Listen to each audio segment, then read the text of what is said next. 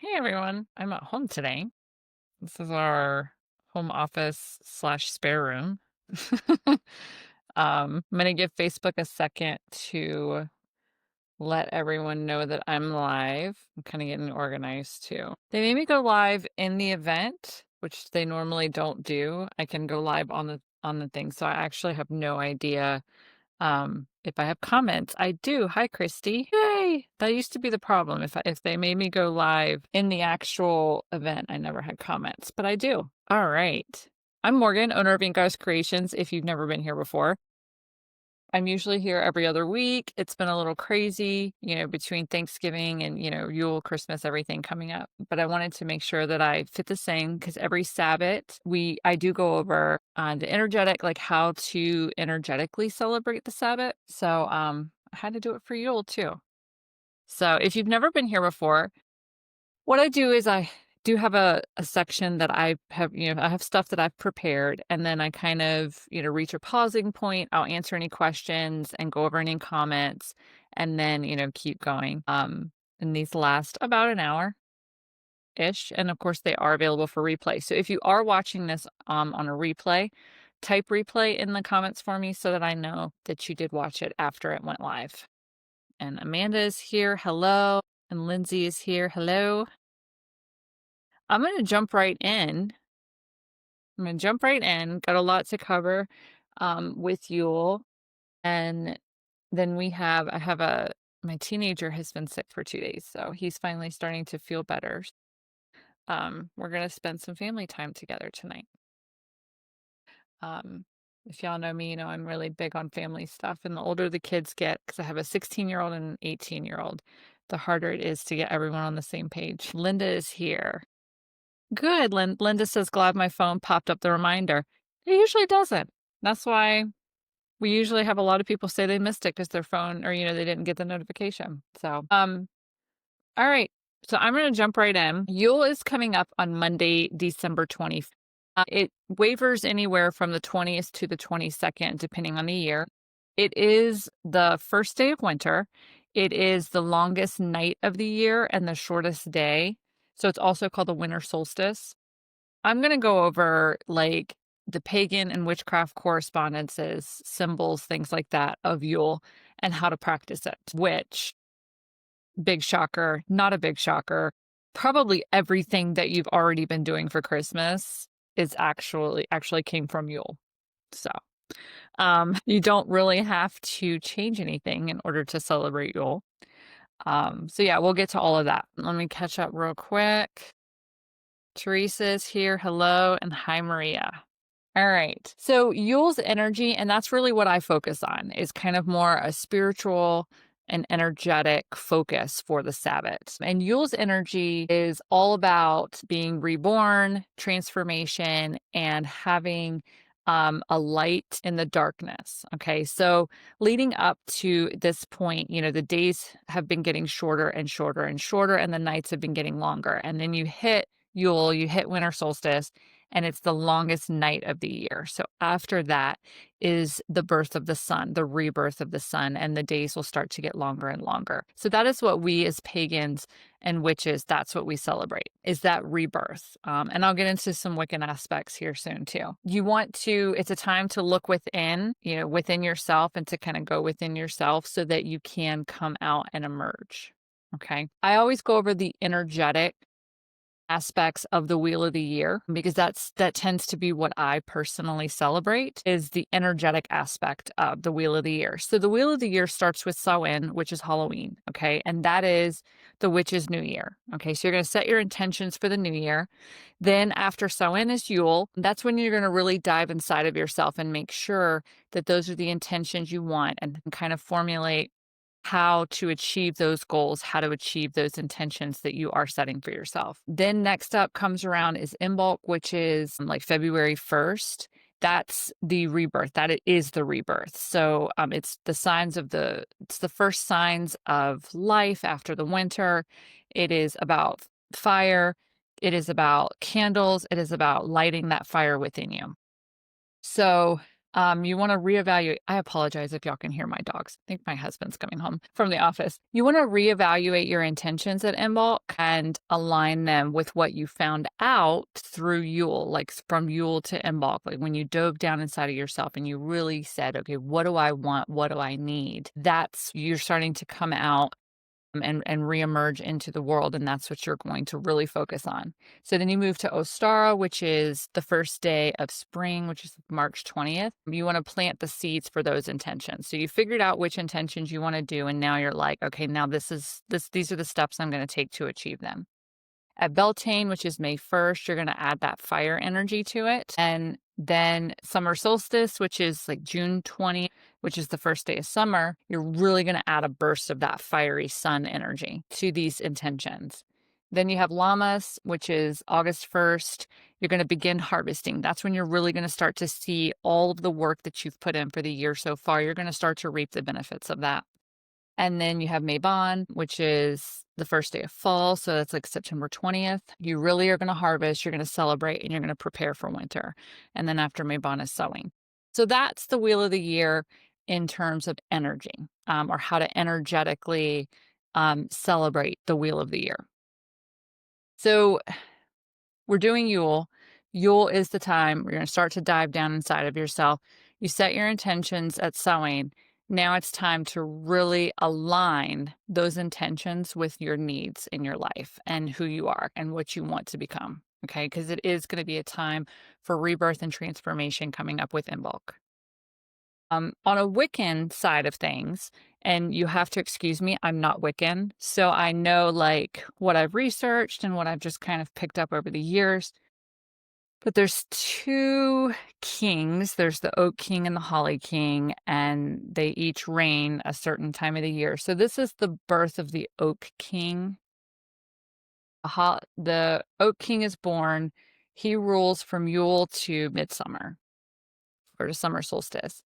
And then the Holly King steps down. The Holly King reigns from summer solstice to Yule. So he steps down so that the Oak King, who is also like the sun god, so he can reign. So this is also the birth of the sun god, literal birth of the sun.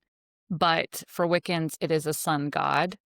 And that is where Christianity kind of took that and said, okay, well, then our God will also be born at this time of year as well. And that's why you have the birth of baby Jesus. So the sun god is born, but it's also like the literal birth of the sun, because starting the day after Yule, the days will start to get longer. The sun will come back from the darkness. So yeah, so that's just kind of like very briefly the Wiccan aspects.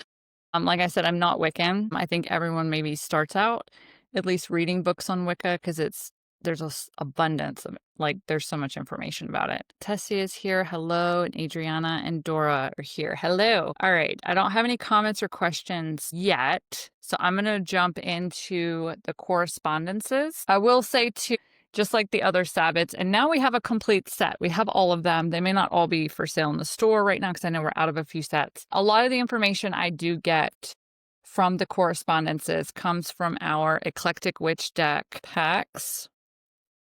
That's the Eclectic Witch deck. We do have a main deck which has the moon phases, elements, things like that in the main deck. And then we have a deck for every Sabbat. We do have the complete Wheel of the Year now in the shop. And then we're starting with kind of supplemental packs as well. So this is from, a lot of this is in the actual original Yule pack. And if you are interested in it, you'll have to look and it'll say like Yule 2019 expansion pack for the Eclectic Witch deck, because this was the second expansion that we did last year, the first being the sewing one. So yeah, that's where most of this section is coming from. So easy correspondences for Yule. Of course, your colors, you're going to be familiar with all of this. If you're like, oh, I don't know the difference between Yule and Christmas, there's not a lot, I promise you. So you're looking at red, green, silver, gold, white, right? The symbols for Yule include a Yule tree, a Yule log, evergreens, so like wreaths and evergreen boughs, things like that. Mother and child images, Bells, gifts, all of it. If you associate it with Christmas, it's more than likely associated with Yule. The only thing would be, like Santa Claus. A lot of, um, there's a lot of different myths of the origin of Santa Claus. A lot of them believe that Santa is actually Odin, who is like the Norse head god. Of course, there's the story that he's Saint Nicholas. There's a lot of origins of Santa Claus, or the practices of Santa Claus have been pulled from quite a few different cultures to make, what we in the United States here know as Santa Claus as, the fat, jolly man who flies around with 8 reindeer and delivers presents to good little kids. Like, that's so many different cultures that would be like almost a whole life in itself. All right, so deities for Yule, and this is part of the Yule deck. Your gods of Yule. So many gods of the sun and light are reborn and honored at Yule, including Apollo, who is the Greek god of light and sun, Balder, who's the Norse god of light, Dionysus, I'm not sure how you all pronounce it. To me, it's always been Dionysus, is the Greek god of wine and festivity, so he celebrates. Mithras, who's the Persian and Roman god of sun and light, the Oak King and the Holly King, which are the pagan Wheel of the Year gods, Odin, who's the Norse father of the gods, Ra is the Egyptian sun god, and Saturn is the Roman god of agriculture. So those are a lot of the gods that are associated with Yule. Then you have goddesses of Yule. So because the goddess gives birth at this time of year, you want to honor and worship, or hold on high. Today's Friday, y'all.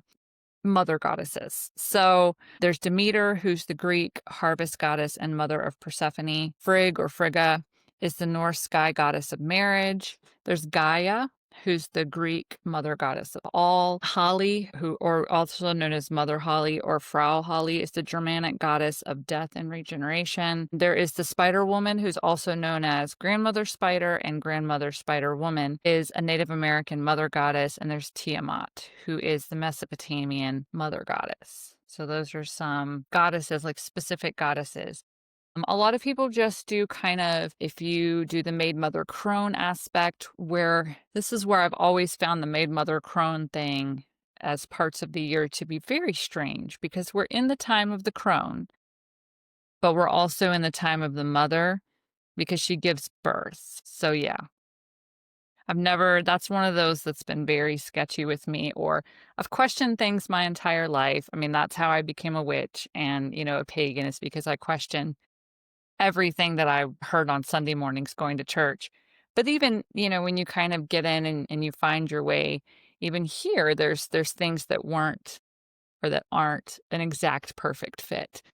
And for me, that's one of them. I absolutely love the archetype of the triple moon. I love the triple moon and the archetype of the maid mother crone.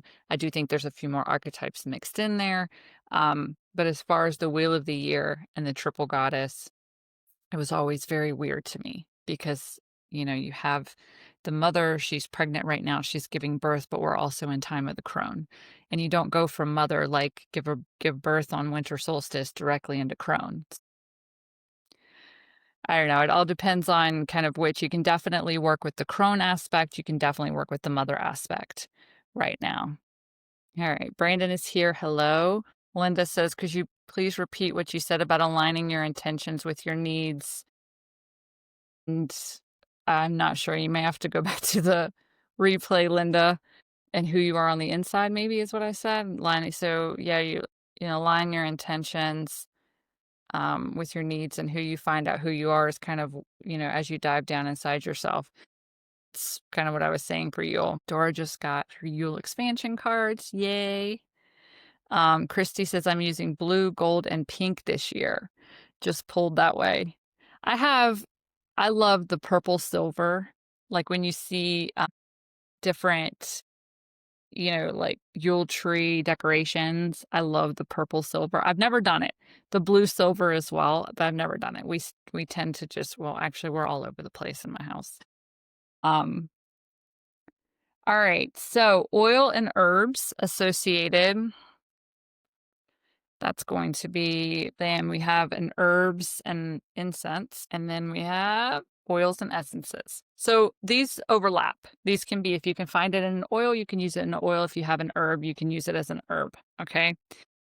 So bay laurel, chamomile, fir, of course, frankincense and myrrh, thistle, cedar, so any kind of evergreen, cinnamon, your pine, rose, rosemary, and sage are all really great for this time of year.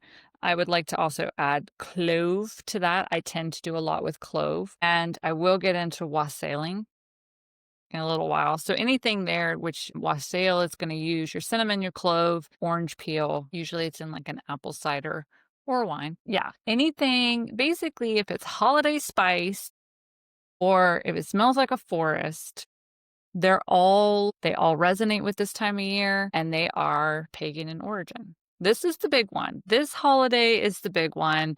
Most of the practices that have been adopted culturally in the United States, as well as in Christianity, came from paganism. Gemstones. This is also a card. Bloodstone, because it's red and green. Garnet, gold, ruby, and silver are really good ones. I have used emerald before too to complement the garnet. So it's kind of like you've got the deep green of the emerald, the deep red of the garnet. So yeah, I've used emerald as well. Okay. Animals. So the animal card is in the new deck because it was one that came out afterwards. So that's in the new Winter Magick deck. But there are animals that are associated with this time of the year, including the bear, the eagle, the kingfisher, the owl, and the squirrel. And then I always associate reindeer with this time of year. And there are like metaphysical symbols or symbolism kind of linking reindeer, to this time of year as well. And I believe it's through Odin. I did not research that though prior to this live today. I believe it's Odin though. And then food.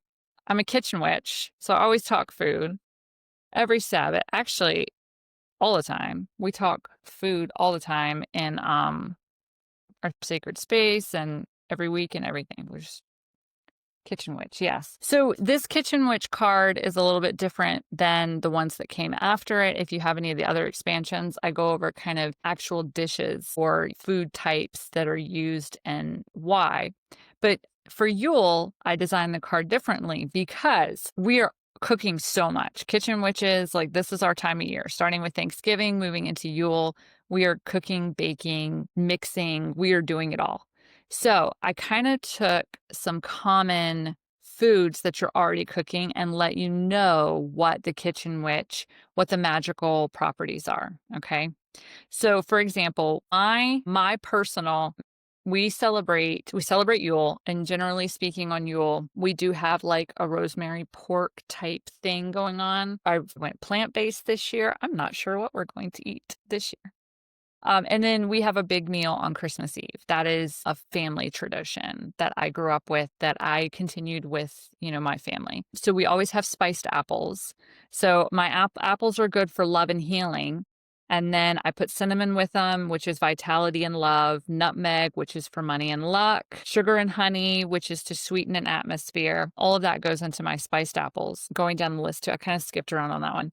Corn, which a lot of people eat, is good for protection and luck. If you're making cranberries, they're good for protection and love. Onions that you put in anything are great for protection. If you have potatoes, those are good for healing. I usually do make my grandmother's potato casserole for Christmas Eve dinner. Pumpkin, if you're still doing like pumpkin pies, things like that are good for abundance. Garlic is good for healing. Orange, which I will actually throw a little bit of orange juice into my spiced apples as well. Orange is good for happiness. Rosemary is good for protection and cleansing. Sage is good for protection. And then thyme is good for good health. Generally speaking, this is a pork if you do eat meat, so like a pork tenderloin or a ham. I do a Christmas Eve ham for the family. And then like root vegetables, we're still in root vegetables, so potatoes, sweet potatoes, turnips, anything like that is really good for Yule. Spiced everything. That's what I wrote down, spiced everything. If you wanna add some, either sweet or savory, this is really the time, to just really bring out the flavor of anything that you're making. A lot of cider really resonates with this time of year, and that can be, alcoholic cider, non-alcoholic, mulled wines, mulled mead, the wassail, I'm gonna get into that in a minute. And then cookies. We're always making cookies, just want a little bit of comfort, to get through the winter. So anything that you go to make, just make it with intention and keep the metaphysical properties of your ingredients in mind as you're adding them. So if you're adding that cinnamon, give things a kick of vitality, or even put your love into the cookies that you're baking. Or nutmeg, if you want to add some nutmeg for a little bit of money drawing or a little bit of luck. It's all about your intention when you're cooking. Ooh. All right. So I like to go over the chakras for the different Sabbats, which is something that I do personally.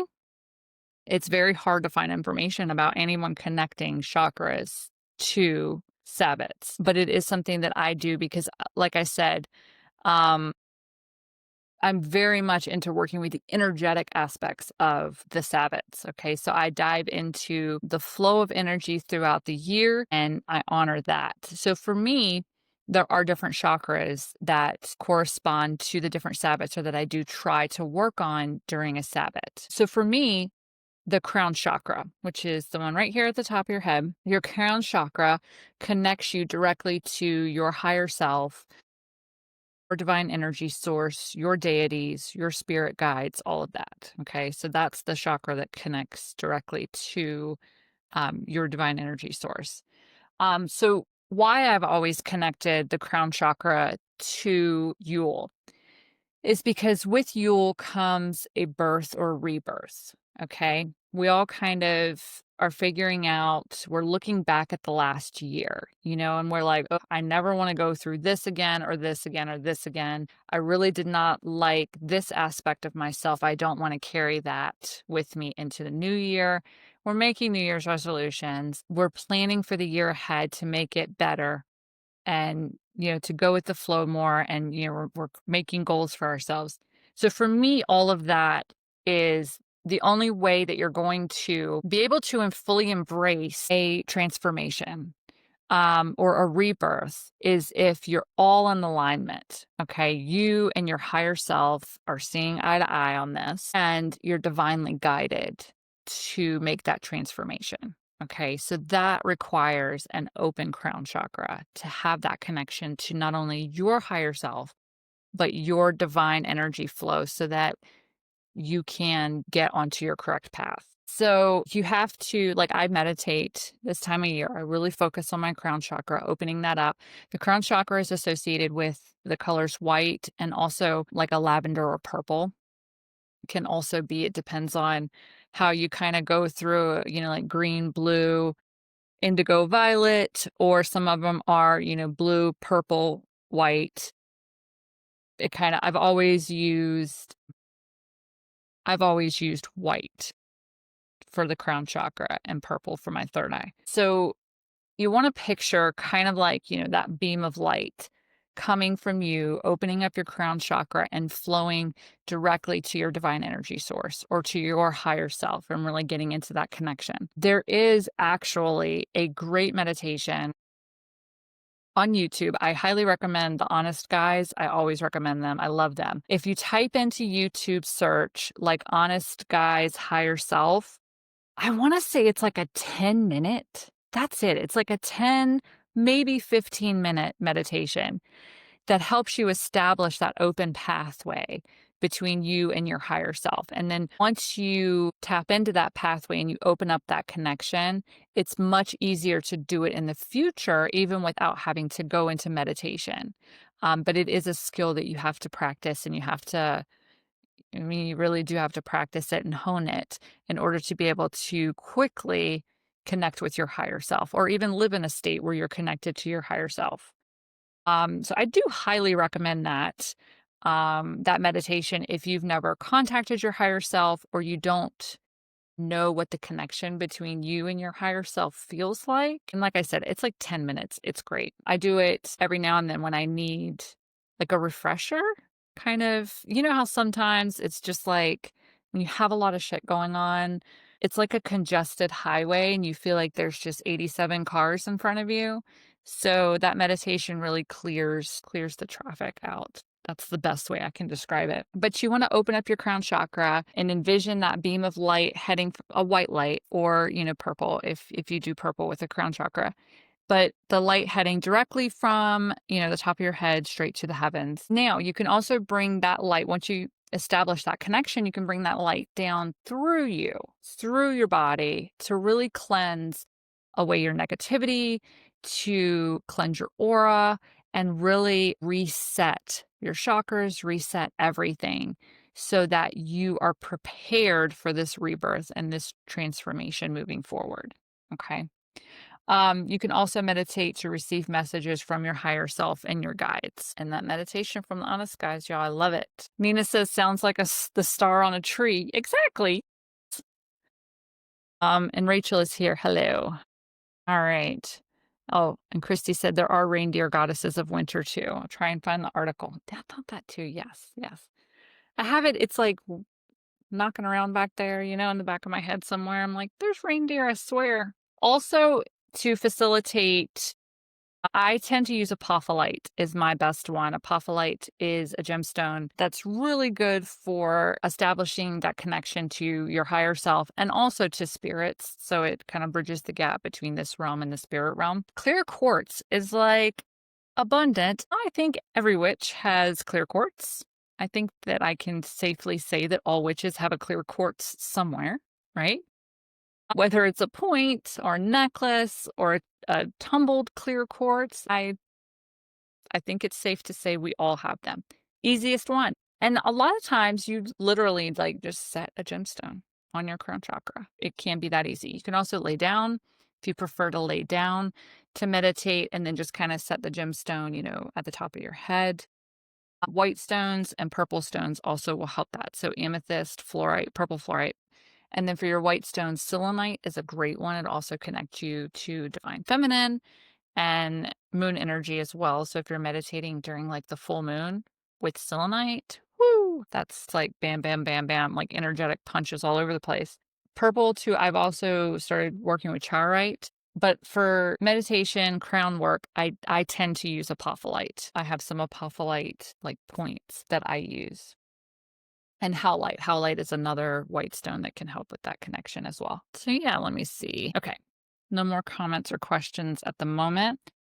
So for practices or things you can do to honor Yule, so many Christmas practices, like I just have to emphasize that.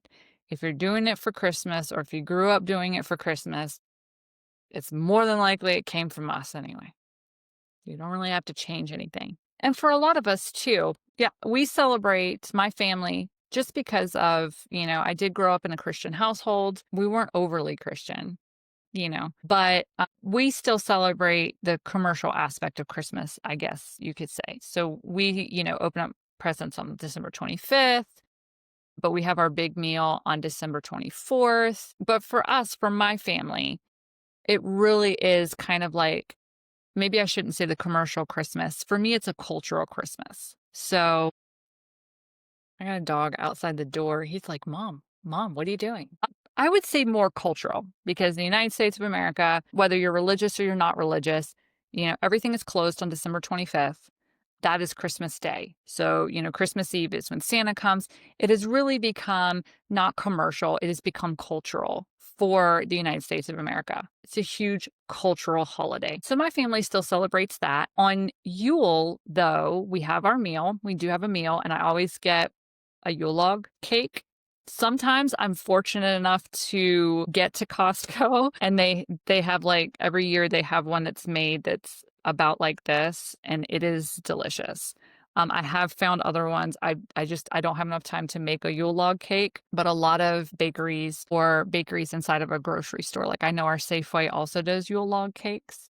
And I love that they're becoming so mainstream because then I get to have a Yule log cake on Yule. And we usually have our spiced cider and then we have our family ritual, I guess. It's not a formal ritual, but there are things that we do on Yule to celebrate Yule. So for me, it's energetic again. that is what we're celebrating on Yule, is the energy of the season. And we go and do our cultural celebration on Christmas Eve and Christmas Day. So that's just, I just wanted to throw in there personally how I do it, because I've read really sad things on the internet where a witch will say something about celebrating Christmas and they'll get jumped on. And I'm like, whoa, okay, first of all, to each their own, however you want to celebrate, celebrate. I've been doing this for 20 years, and for me, Christmas is a cultural celebration. I continue traditions with my children that I did as a child with my family. So that's for me what Christmas is. And then now we celebrate Yule. We celebrate, pagan aspects, and we celebrate more of the energetic flow of the year. So some things you can do to celebrate Yule: Yule tree, Christmas tree. Yep, decorate it. Evergreen trees, and this is where evergreens are associated with Yule. And I love this. Okay. The use of evergreen trees and boughs for decoration during the winter season can be traced back to many cultures, including early Romans, ancient Celts, Scandinavians, and even ancient Egyptians. The evergreen, which never sheds leaves and remains strong and steadfast even through harsh winter, is a symbol of life everlasting and the strength it takes to overcome the harder times of life. Eventually, the tradition of decorating the tree or boughs with brightly colored objects, candles, fruits, and berries was adopted as a way to bring more light into the home and give offerings to not only the deities for the swift return of the sun, but also to the wildlife in the area. So that is why we decorate Christmas trees. It is a pagan, it's actually, it dates back, like I said, Romans, ancient Celts, Scandinavians, and even the ancient Egyptians were doing it before, Christians came in and said that the Christmas tree's there. So the Yule log, this one tends to be not something that you tend to do in a typical Christian celebration of Christmas. So the Yule log is pagan. So Yule log came from the ancient Scandinavians and the Celts. So Scandinavian is Norse. So they would burn trees at Yule time to honor their gods for blessings through the harsh winters. Okay. So that's what they used to do. And there are some, so these cards give you like a basic rundown. There's so much information. So they were burned for good luck. You're supposed to you burn most of it, and you're supposed to keep a chunk of your Yule log to burn with next year's Yule log. And that chunk is supposed to provide protection for your family for the entire year. But it was also done as a way to honor the nature spirits in the area as well, and ask them to bless your house and protect it during the winter and during the rest of the year. But now and it was also, you would take like a tree, like a whole tree, and it would be burned over a certain number of nights. And that was kind of one of the traditions of one of the cultures, where it became the Yule log. Now we do this on a smaller scale. Okay, so you get a log and you can decorate it with burnable things. Please, by all means, burnable things. Green and red ribbons, other decorations. You burn it at Yule to symbolize the blazing forth of the divine child. So you can attach notes to your log of bad habits or things you would not like to carry with you into the new year, and watch them burn in the fire, simulating them burning out of your life. You can also attach resolutions or things you would like to accomplish in the new year. And as the log burns, so will the flame of motivation and inspiration. Logs are burned on Yule, and make sure to keep a small portion of the log as a lucky amulet for the upcoming year. Place it in your home for prosperity and protection, and burn it along with next year's Yule log to represent the continuation of all things. I keep misplacing my little Yule log piece. And then one year I found a drawer with like 5 of them in there, and we burned them all at once. That might have been last year. So if you can't do it, don't fret, shit happens, right? But that's a Yule log. That is a great new thing if you would like to start really putting emphasis on Yule. That's a great practice that you can start if it's something you've never done before. But you can just take a little log or even a stick. Whatever you have, decorate it. You can write on it. You can do anything. And then those would be the intentions, and you burn it in a Yule fire. I also had wassail. There is a card for that in the last pack. Sorry, I was catching up. Christy says we have Hana Solstice because all holidays matter. Oh, it took me a while, so I was trying to figure. I was like Hana Solstice. I love that, Christy. And then Rena says, Mary Meet, I'm new. I just wanted to say I'm really enjoying listening to you speak. Thank you. Bailing, I have to cook for my little monster. Thank you, blessed be. Blessed be, Rena. Linda asked Christy, do you have a Festivus poll too? Y'all are naughty. I go over Festivus and Saturnalia, not in this live. I do that on social media on their days. Festivus is just basically a day of just celebrating everything. We'll put it nicely. And then Saturnalia is the same. So wassail. Wassail is something, so for those of you who know me or don't know me, I mean, I used to live in England. My husband was stationed there for 3 years.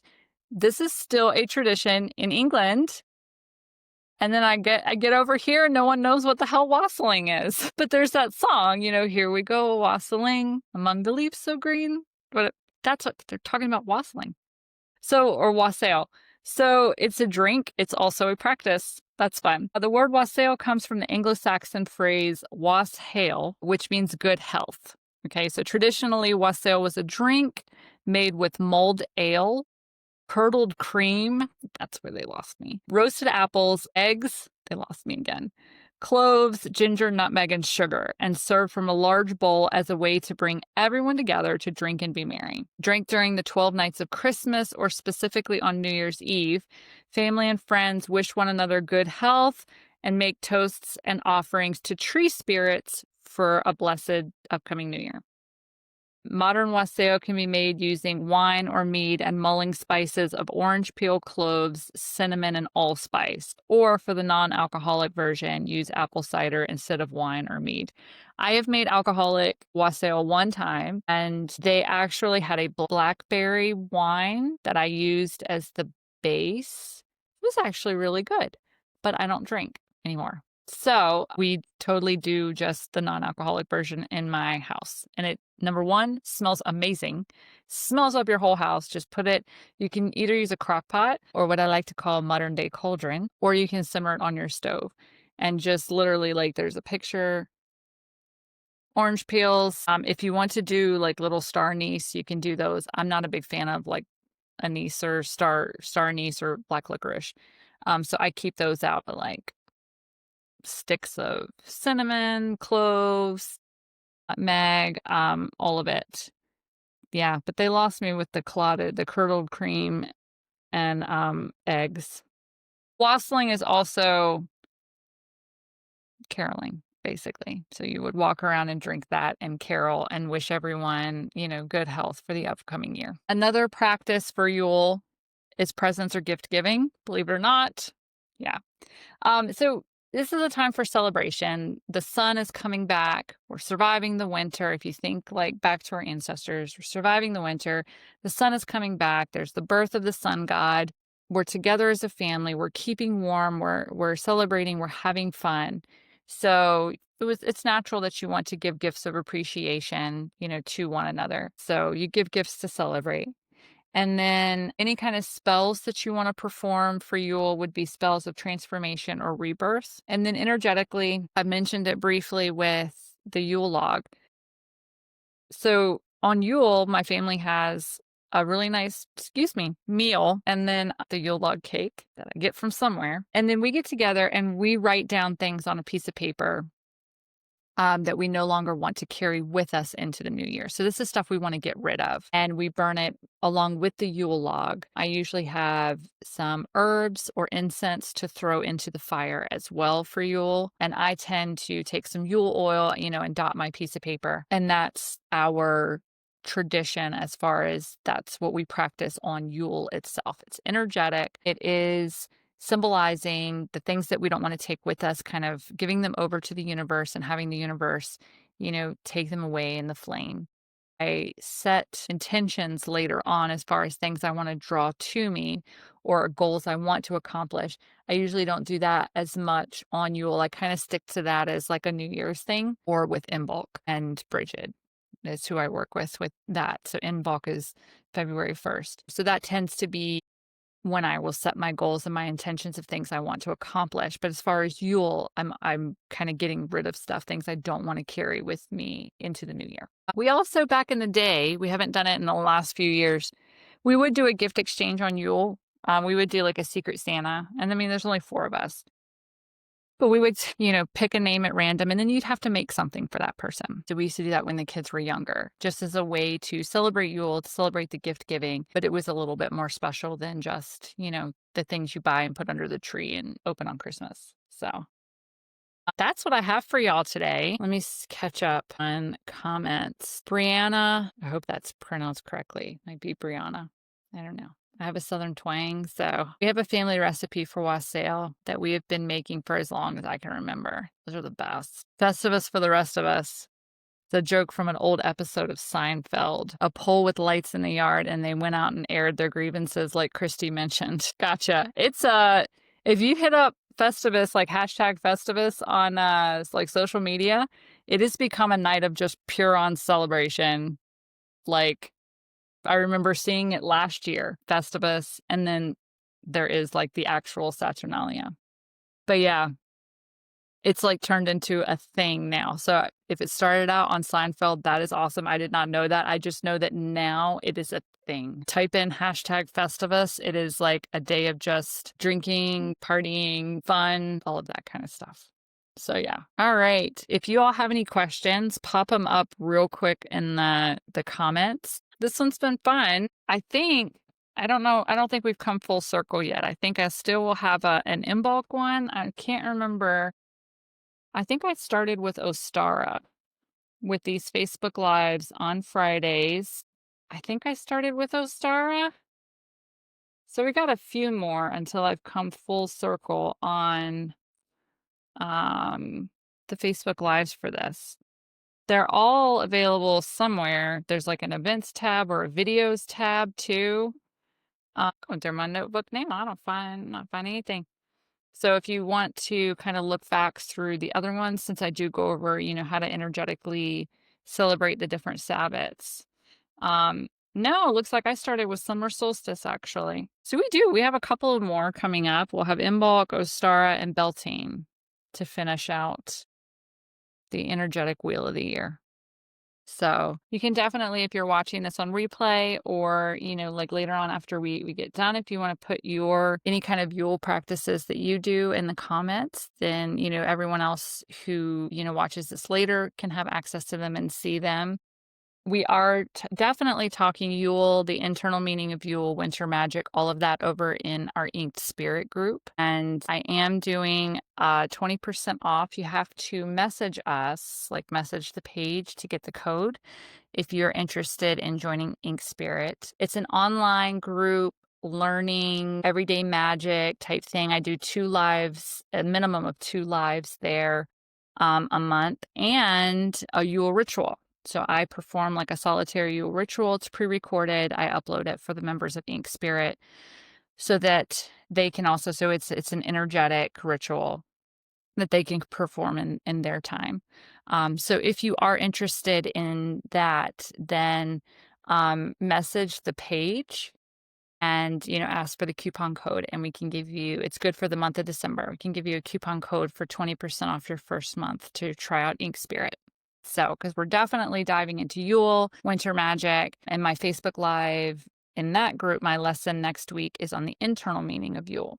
So I'm looking really forward to that, because this is the time when I'm really inside myself and kind of analyzing everything and shedding things, and really gaining perspective for the new year. Christy says, Inked Spirit is wonderful. So glad I joined. Thank you, Christy. I love having you there. Christy's always sharing some really awesome motivational pictures, gorgeous pictures, in Inked Spirit. So that's all I have for you all. So I hope I haven't seen any other questions or anything come up. So I hope you all have an amazing Yule. Yeah. And a great weekend, because it is Friday night. And I hope you all are staying stress-free, because it's holidays and it's crazy right now. So thank you all for joining me so much, and I will see you all.